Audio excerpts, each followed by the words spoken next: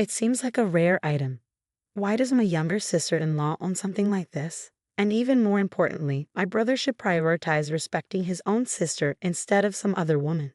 On the day of the wedding, before the ceremony began, I wanted to relax by checking on my cat using a pet camera. But instead of seeing my cat, the camera showed my dressed-up sister-in-law who was at our wedding. She didn't know there was a camera there and was going through my things without permission. When I showed this to my husband, he got really angry and stormed into the room where his relatives were waiting, showing them the live footage. My sister-in-law was caught singing and complaining about my husband while trying on my things. When my in-laws saw her behaving badly, they looked shocked and quickly left the room. A few minutes later, my sister-in-law faced the consequences of her actions, thinking she hadn't been caught and acting boldly. I've been working at the same company since I finished university 3 years ago. About 2 years into my job, a male colleague who I had grown close to confessed his love for me and asked for a serious relationship leading to marriage. I happily accepted his proposal. A year has gone by since then, and we're busy getting ready for our wedding. We found a new home not far from my in-laws, and our parents helped us out bit by bit, calling it a wedding gift. With their support, we bought a second-hand house. We had to take out a loan to cover the rest of the cost. But both my husband and my in-laws agreed that I should keep working after we got married. We were hopeful that by working together, we could pay off the loan faster. We chose a house instead of an apartment for a special reason. I really love cats, and I grew up surrounded by them at my parents' house.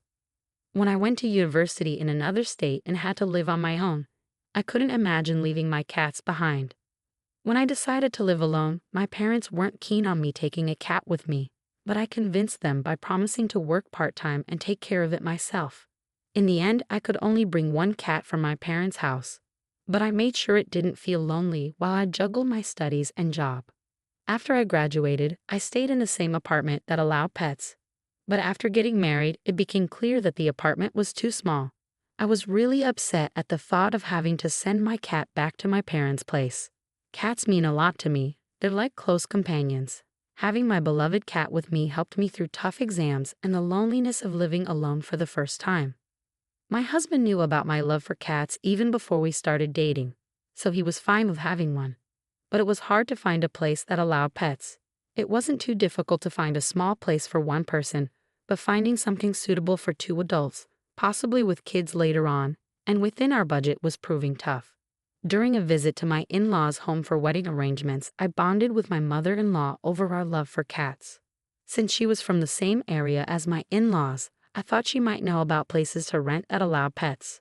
Excitedly, she suggested, "Why not buy a house?" It turns out my mother-in-law used to live with cats before she married, but had to stop when she found out my father-in-law was allergic to them. Maybe feeling a bit guilty, my father-in-law didn't object to the idea and even helped us financially. Feeling it wouldn't be fair to rely only on my in-laws, I told my parents about the situation. They offered to help, mainly for the sake of the cat.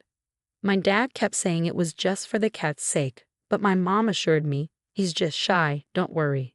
It's a wedding gift," and gave me a knowing smile. My dad has always been reserved about showing his true feelings, and it was funny to see him act shy at a time like this. My mom and I couldn't help but laugh together.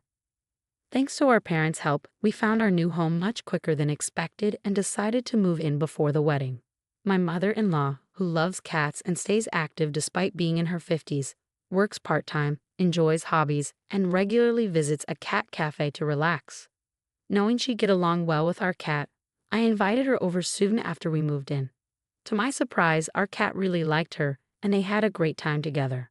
Since then, she's been visiting often, not just to play with the cat, but also to share recipes and gossip about my husband's favorite dishes. She's gone out of her way to bond with me, and it's made our relationship really strong. My husband and I are already living together in our new home, so it feels like we've started married life early.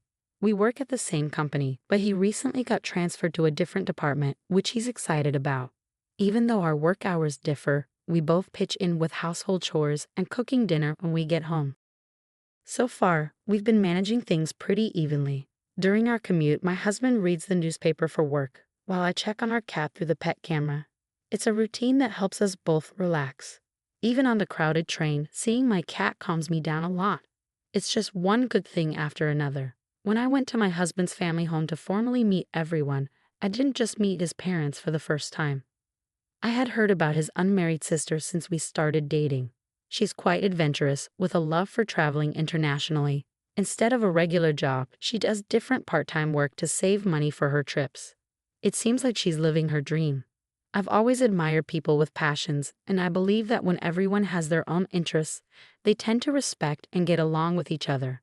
So her unconventional lifestyle wasn't a big deal to me. To be honest, one big reason I chose to work full-time was because I love being surrounded by cats. Having the security of paid leave in case something happened to them was a big factor for me. Part-time jobs usually don't offer that. I also have a strong desire to travel. When I lived at home, I went on a few international trips with my family. Exploring new places is always exciting, and I thought I'd get along well with my sister-in-law. However, my husband had a lot of complaints about her. He told me how she caused him trouble, like spending his money without permission or dipping into the savings he worked hard to build up from his own part-time job. Thinking his piggy bank was an easy target. He even had to get his own bank account set up by his parents, but she still somehow managed to access it without his consent. He used simple pins back then, which made it easy for her to take advantage. He felt like he was being robbed. He was really upset, maybe because he was remembering those emotions, as she also had a habit of using and damaging his belongings without asking. Their relationship seemed strained. My husband's story sounded truthful and not exaggerated. But I didn't want to pick sides and ruin my relationship with my sister-in-law before it even began. While I listened to my husband, I made a mental note to stay neutral. The sister-in-law I met was nothing like the way my husband described her. She was completely different. As we all sat down for dinner with the in-laws, she opened up about her hobbies and was really easy to talk to. Despite the tension with my husband, I felt like we could get along, especially as women. She's in her early 30s but has a really positive outlook on life, probably because of her carefree lifestyle. However, I couldn't shake the feeling that maybe she was putting on an act. Was she being cautious around me, or was she exaggerating her carefree persona out of consideration? That's what I wondered. But as the evening went on and we all shared warm conversation, my in-laws officially welcomed us into the family with words of encouragement. My mother-in-law, drawing from her own experience, mentioned how tough it can be to balance work and household chores. She encouraged us to support each other. My husband, who had decided to support my career, confidently said he could handle the household chores, having learned from his mother. She seemed a bit worried and told us not to hesitate to ask for help if we needed it. With those words, the meet and greet for our wedding ended on a positive note. Things took a turn for the worse when my sister-in-law, unaware of the atmosphere, piped up, "With both of you working, you'll be swimming in money, right? Saving up for a rainy day, huh? If I end up single and old, you'll take care of me with that savings, won't you? So if I never marry, you've got my back." Her suggestion was that we should live off my husband's salary alone and save my entire paycheck so that if she never got married and grew old, we use that money to support her. I was shocked. It took me a moment to process what she had said, and I was speechless. But my husband understood immediately. "Are you serious? Why should we worry about your retirement when you've chosen not to plan for it?" He snapped back. He made it clear that her disrespectful comment was not our responsibility and firmly told her off. The in-laws were too taken aback to brush off her remark and asked her to leave the room, apologizing to us for her rudeness. After this incident, I made a conscious effort to avoid any interaction with my sister-in-law. While I believe everyone has the right to choose their own path in life, asking someone you barely know to take care of you in your old age is unreasonable, especially considering what my husband had told me about how she used his money and earnings from his part-time jobs without permission. I felt like she was now eyeing my income. She seemed too eager to rely on us for support, and I couldn't bring myself to warm up to her.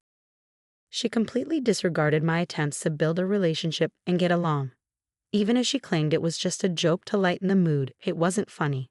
She came across as immature and unable to gauge the situation. Despite her outburst, I made plans to visit my in-laws' home when I knew she would be out working part-time. So from our first meeting until the day of our wedding, I never saw her again until the very end. My husband didn't want his sister to attend the wedding, and I understood his reasons. We didn't want any disruptive behavior on our special day.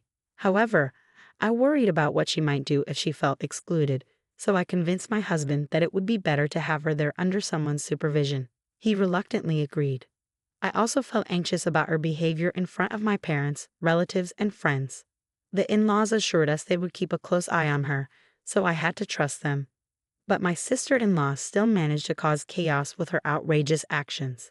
It wasn't just about us anymore. She had dragged the in-laws and all the relatives into the situation.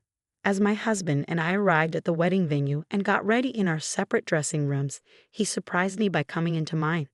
He looked dashing in his light-colored vest and morning suit, while I wore a beautiful white wedding dress that was a bit tricky to move around in on my own. I didn't want to ask him to stay with me out of loneliness, especially since he had to greet his work colleagues, so I was thrilled when he came to visit. The time before the wedding ceremony was a nice distraction for me. It wasn't just about passing the time. It had become a comforting routine. I'd check on our cat through the pet camera and feel warm and fuzzy when my husband joined me. Just as I was about to check the camera on my phone, my husband walked in. He had grown quite fond of our cat since we got one. "Do you want to wash together?" I asked, and he said yes. It seemed like he was more focused on adjusting to his morning suit than anything else. Taking advantage of his kindness, I opened the pet camera app. But instead of seeing our beloved cat, I saw my sister-in-law. We had received a message from my mother-in-law while we were on our way to the venue. She mentioned that she was bringing my sister-in-law along. We had agreed to keep each other informed to prevent any trouble, and my mother-in-law had assured us that they would be under supervision since they were driving. So why was my sister-in-law here? At that moment, I called out loudly to my husband, still unaware of what was happening. He naively told me I didn't need to shout. But when he saw the live feed from the pet camera, he was speechless. Uncharacteristically, he let out a few expletives, showing just how angry he was. Then he stormed out of the dressing room, and I hurriedly followed him. I kicked off my heels, knowing I might trip in them, and even though it felt undignified, I removed my veil and lifted the hem of my dress to run. My husband went straight to the family's waiting room, wanting to give our out-of-town family a comfortable place to rest. However, instead of the usual waiting room, it was more like a banquet hall, complete with a large screen. When I caught up to him, the whole family was surprised and confused by his actions. He was speaking to his parents, but he was so angry that his words were unclear. Seeing me, he asked for my smartphone. Using it, he projected the live feed from the pet camera onto the big screen and turned up the volume so everyone could hear. At first, the family thought it was some sort of joke or skit, watching my sister-in-law's behavior with disbelief. Some even muttered about how she always did outrageous things. But when she started ranting about my husband while humming, the mood in the room turned tense and uncomfortable. "He's cutting off his own sister. What's wrong with him? Having tea with my sister-in-law isn't a big deal, right? I mean, my sister-in-law has a job, so why should he care?" She said, "Remember when my brother gave his wife that fancy engagement ring and sometimes buys trendy jewelry? I'm sure that was all for me," she muttered, thinking she didn't need those accessories anymore since she was single. My sister-in-law went through my dresser meticulously, even saying she'd sell anything that didn't suit her or looked valuable. I had given my mother-in-law a spare key so she could visit and play with the cat anytime. Knowing this, my sister-in-law, who had been banned from our house, took advantage of my mother-in-law's absence during the wedding to sneak in and search for valuables. When my in-laws realized what had happened, they immediately apologized to me, their faces pale with shock. When we arrived at the venue, my sister-in-law excused herself to use the restroom. Normally, you wouldn't think someone needed to be washed all the way to the restroom, especially if they were brought to a venue. My husband, my in-laws, and I never expected my sister-in-law to do something so extreme as to come to the venue without informing us. Who would have imagined that on the day of her own brother's wedding, she would sneak into our house to steal?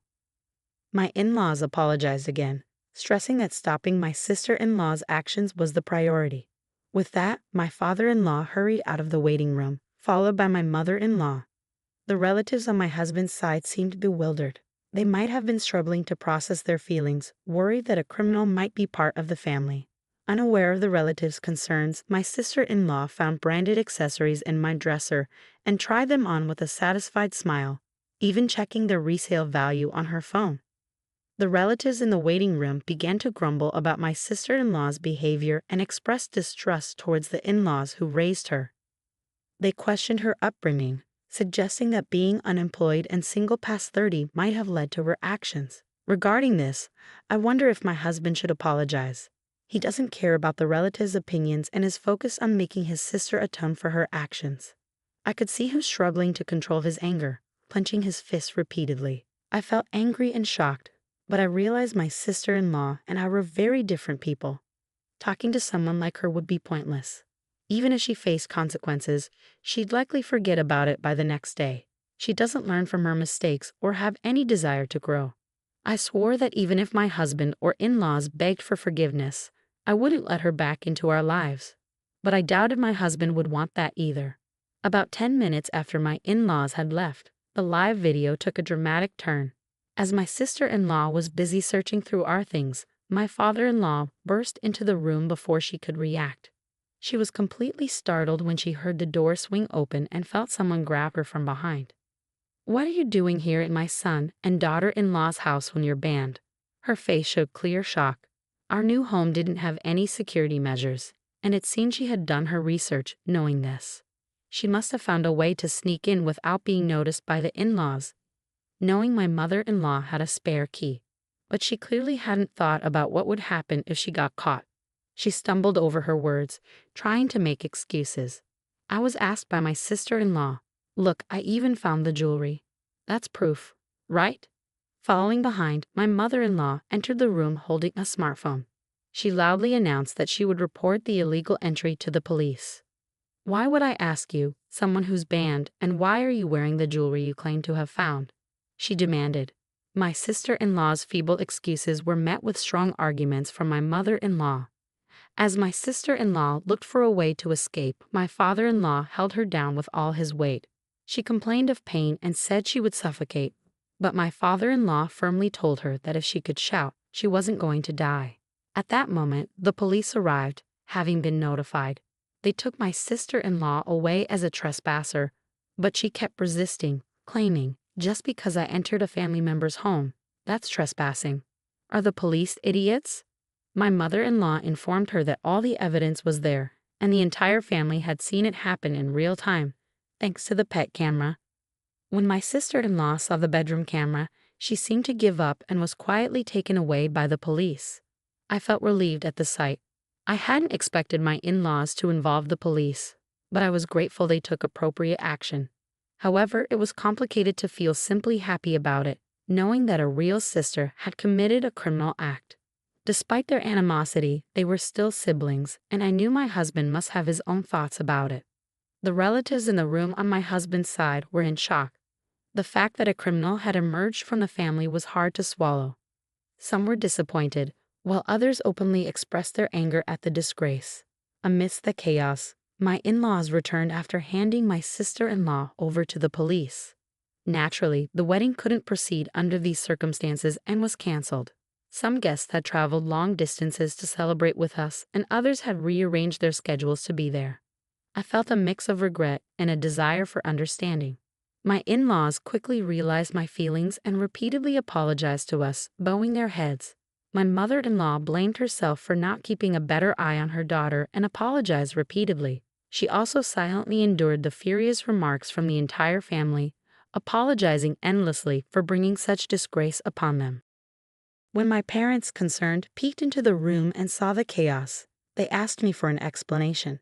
I could have told my parents that my sister-in-law had broken into our new home to steal, but I wasn't sure how much they would believe. However, when my in-laws noticed my parents were there, they came over and apologized to them without explanation. As they revealed what their daughter had done, my parents' expressions grew complicated. My husband knew his sister had issues, but he had no idea she was this foolish. Despite being a victim himself, he, along with his parents, apologized to mine.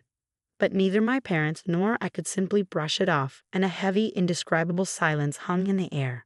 After some thought, my parents said they would leave future decisions up to us. But they agreed to cancel the wedding for the time being, and that settled things. Later, my sister-in-law got off with just a fine because it was her first offense, and she hadn't actually stolen anything. My husband bitterly remarked that she should have been arrested for theft and spent some time in jail. I somewhat agreed, wanting nothing to do with her going forward. Although she only received a fine, she now had a criminal record, and my in-laws severely scolded her for breaking into someone's house while they were away. Even though she was family, my daughter would know right from wrong well past the age of 30. My father-in-law was furious to the point where I thought his veins might burst, and I heard he disowned her right then and there. She had to cover all the wedding-related expenses, including those from the cancellation. My sister-in-law, who had spent all her part-time job earnings, had to borrow from various lenders to cover the costs. Some lenders were reputable, but others operated in shady ways, barely within the law. Now, she faced a future of hard work and being pursued by debt collectors. Unable to accept what had happened, my sister-in-law turned to social media to express her frustrations and seek sympathy. However, instead of support, she faced a wave of criticism. Her photo, real name, and criminal record were spread all over the internet, and a simple search would bring up these details. Although she later deleted her posts, someone had saved the logs, ensuring that her rants remained online. Even when she created new social media accounts, she was quickly identified, ensuring that her criminal past continued to haunt her. She lost her previous part-time job because her criminal record could damage the reputation of the company. Additionally, she was fired from other jobs after her coworkers found out about her past. Currently, she's struggling to get by, working physically demanding jobs like construction, and barely managing to make her debt payments. It's nearly impossible for her to resume her hobby of traveling abroad. After everything settled down, we had a small, intimate wedding with just close friends and family. It was a do-it-yourself affair with the help of colleagues and friends. But it was filled with love and will be a cherished memory for life. We've also adopted a new cat and are enjoying our happy days surrounded by our furry friend and supportive loved ones.